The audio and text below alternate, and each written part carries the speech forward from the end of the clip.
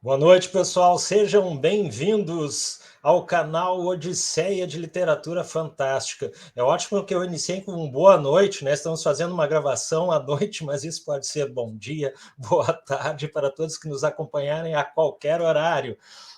Estou aqui para dar o recado de que este ano de 2023, a Odisseia de Literatura Fantástica será nos dias 7 e 8 de outubro, presencialmente aqui na cidade de Porto Alegre. E enquanto a Odisseia presencial não chega, eu vou convidando alguns amigos e algumas amigas escritoras para virem conversar um pouco aqui comigo no nosso canal e para falarem do seu trabalho de literatura. Então, hoje, eu estou com a Sandra Menezes. Sandra, seja bem-vinda ao canal Odisseia de Literatura Fantástica. Tudo bem contigo? Tudo bem, Duda? Obrigada pelo convite. É um prazer estar aqui. Fiquei muito contente que tu aceitou, né? E a gente se conhece há pouco tempo, né? Tu participou do Prêmio Odisseia, né?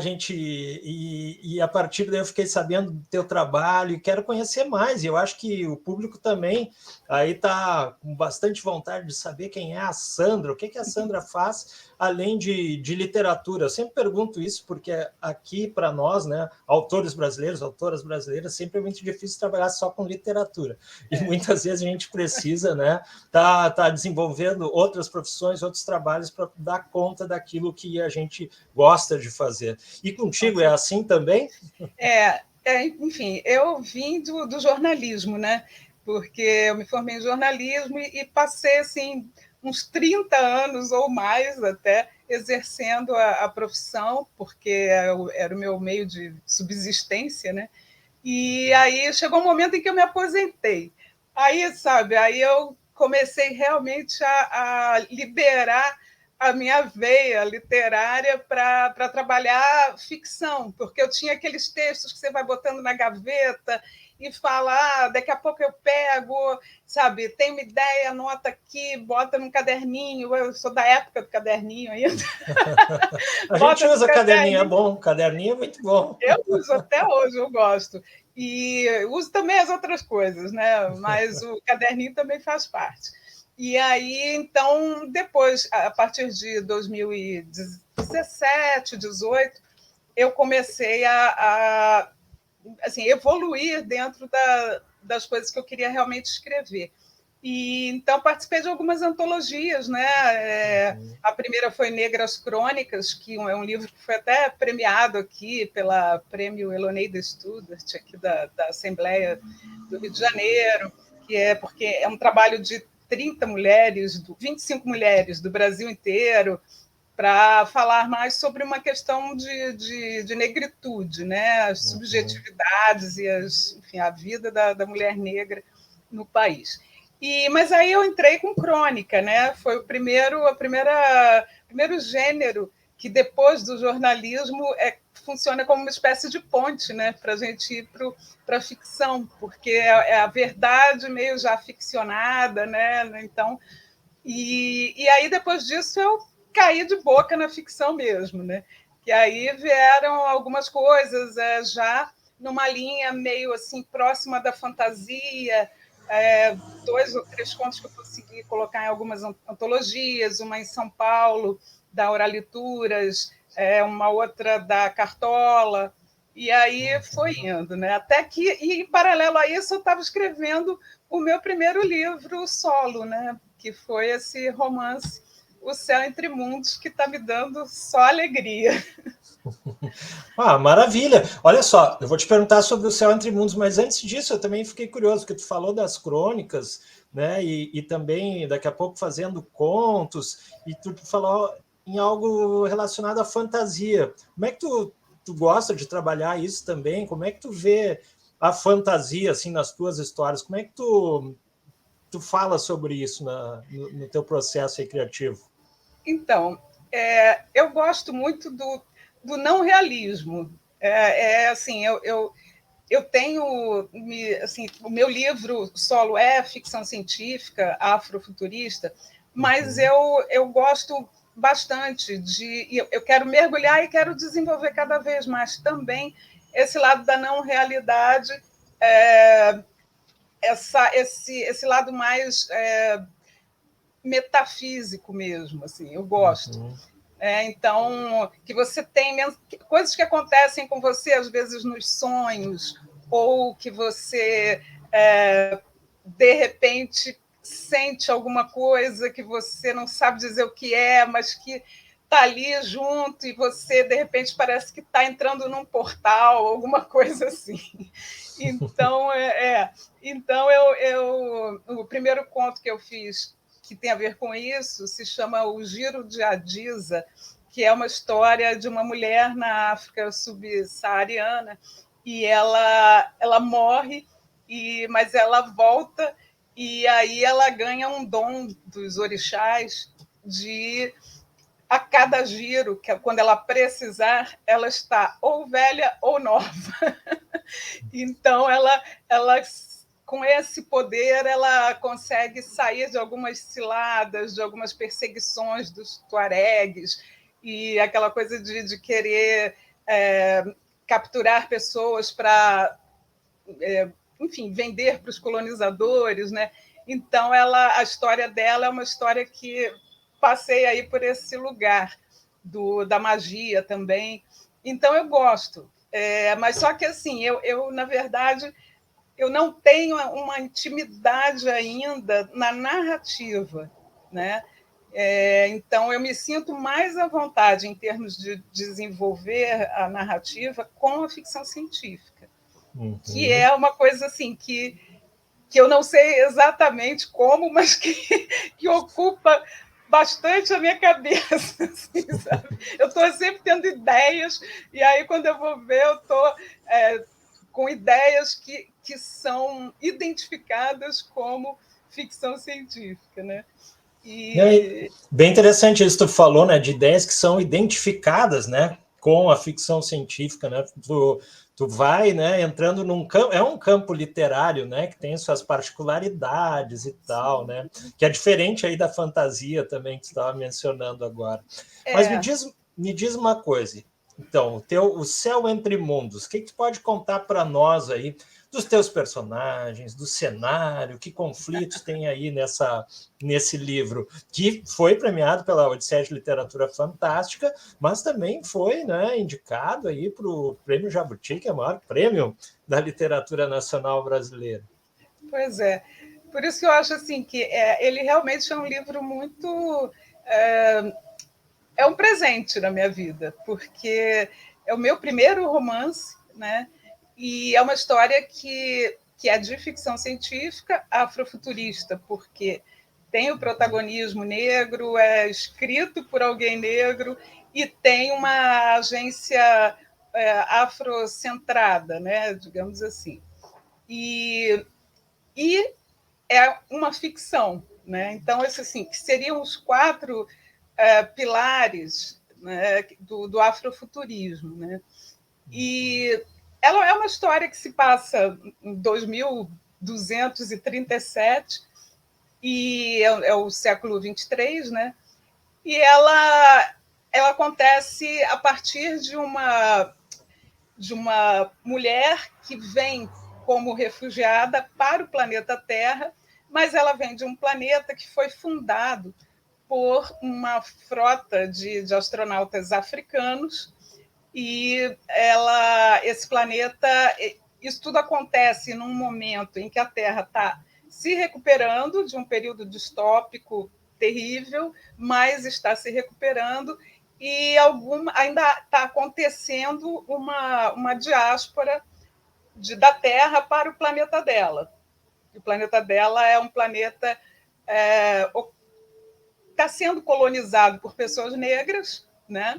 E fundado por pessoas negras sob uma filosofia africana que compõe, entre outras coisas, o respeito à natureza, uma forma diferente de se aproveitar as riquezas do planeta, e até mesmo da socialização entre as pessoas. Né? Então, ela descobre, eles sabem lá que eles têm essa herança ancestral de África, né? mas os wangarianos, como é o caso dela, não conhecem realmente assim a fundo a história dos ancestrais.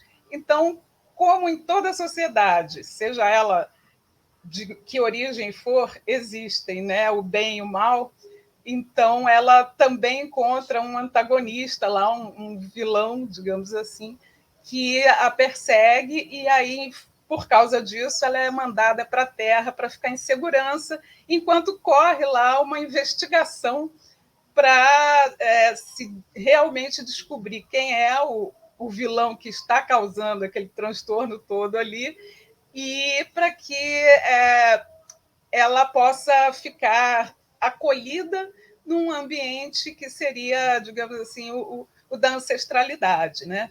E ali, então, quando ela chega aqui na Terra, ela começa a receber informações sobre a história das pessoas negras, sobre a África, sobre em vários aspectos. Enfim, é uma descoberta de uma identidade que ela ela tem, mas ela não conhecia completamente, que é mais ou menos o que acontece com as pessoas negras aqui, né, no nosso planeta, porque as pessoas negras da diáspora, principalmente, né, das diásporas, tanto, enfim, América Latina, América do Norte e América do Sul, porque é aquela situação em que a gente está aqui vivendo sob uma estrutura que é eurocentrada, né, enfim, América branca, e a gente a gente passa uma vida inteira se encaixando dentro desses valores que não necessariamente seriam os nossos de origem, né? Então, quando ela vem para cá, é a minha chance também de pesquisar e aprender algumas coisas que eu nunca aprendi na escola. E é isso. Então, tem uma meta aventura nessa história, né? Porque ela é a protagonista vivendo essa situação, mas é quase como uma metáfora da escritora que Com também certeza. precisa encontrar esses caminhos, esses valores, esses tesouros, e se conhecer e se reconhecer, né? Então é mais ou menos Perfeito. Nossa, é um trabalho muito importante, né? A gente falou da metáfora, uma metáfora da história, né? A gente olha, falou em escola, eu olhando para trás, assim, o que eu estudava lá na escola com a maior parte das pessoas? A gente estava estudando a cultura europeia, os gregos, os romanos e tal, né? O que a gente aprendeu, né, da tradição africana, né? Não sabia nada, a gente não sabe nada, e isso serve daí para todos, e tem que recuperar daqui a pouco em outros espaços, né? E óbvio, né, fazer com que as escolas elas passem a ter isso, né?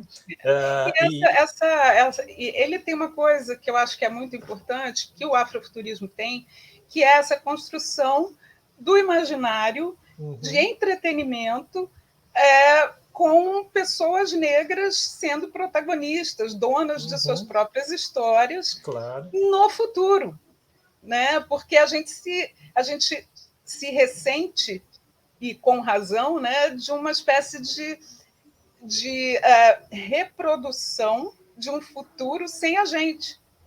Né? Se a gente for, se você pensar na ficção científica, né, tradicional, criada na Europa, aquela coisa antiga, e que depois se desenvolveu também para o audiovisual, aí você vê as séries que tinham antigamente, né, até hoje, mas só que agora eles estão dando uma atualizada e estão incluindo, né, incluindo pessoas negras, incluindo pessoas de todos os gêneros, mas isso demorou a acontecer. Então, isso nunca fez parte do nosso imaginário até pouco tempo. E aí, quando as pessoas leem e veem numa história dessa, dentro de uma nave, de uma sala de operação, uma comandante negra, com mais um oficial negro e um indígena, então, eu acho que isso mexe com, sabe, assim, a imaginação e repõe essas pessoas em algum lugar no futuro, né? Não naquelas posições que a gente está acostumado a ver, né, de subalternidade. Claro, e dá e permite a pessoa sonhar com o protagonismo da sua própria vida, né? Não, com não, certeza, no fundo é né? exatamente isso, né? É a gente tomar posse Isso. dos nossos sonhos, das nossas vontades e das nossas realizações. É isso aí, perfeito, muito legal, adorei. E, bom, os nossos bate-papos, como eu te falei, são curtinhos, né? Mais para apresentar o trabalho dos autores, mas sempre a pergunta final é: o autor ou a autora pode revelar novos trabalhos? O que está chegando aí? Já tem livro preparado para esse ano? Está escrevendo só ou ele já está com alguma editora? Não, eu estou escrevendo e ainda não posso falar Ah, realmente, imagine, porque às vezes não dá mesmo. não é porque às vezes enquanto a gente não termina realmente, vai que lá chegando no final resolvo mudar tudo, fazer outra história. Acontece fácil isso. Exatamente. Aí eu deixo aí as pessoas falando, pô, cadê aquela história que você falou que ia ter, né? Então eu acho que assim, é mais por isso, porque ainda estou aquele trabalho de carpintaria, né? Para descobrir qual é a criatura que vai aparecer. Mas Mas está com vindo certeza. romance ou É, contos? Romance, não, está tá. vindo romance. Ainda não tenho liberação de todos os meus contos para fazer uma antologia, mas eu pretendo Ótimo. fazer. Eu pretendo fazer daqui a um pouco. E estou escrevendo também contos novos de Isso é ficção científica. isso é um caminho bem legal. Esse foi um dos primeiros caminhos que eu peguei, pegando todos os meus contos publicados. Ó, vai para o livro agora, tudo num livro e tal. É até bom, né? Porque você reúne tudo ali. Mas eu tenho que produzir mais. Uma coisa, eu acho que eu posso dizer, eu estou produzindo um conto para uma coluna de novos escritores que tem no Itaú Cultural, no site, e que semanalmente ou quinzenalmente um escritor ou um professor de literatura ou um pesquisador apresenta 4 escritores. Então, eu estou produzindo um conto que não sei quando vai sair, mas acho que talvez daqui 1 mês ou 2, nessa coluna, e eu vou estar como escritora de ficção científica. O de afrofuturismo vai ser o Fábio Cabral, que já está nessa estrada há muito mais tempo, né?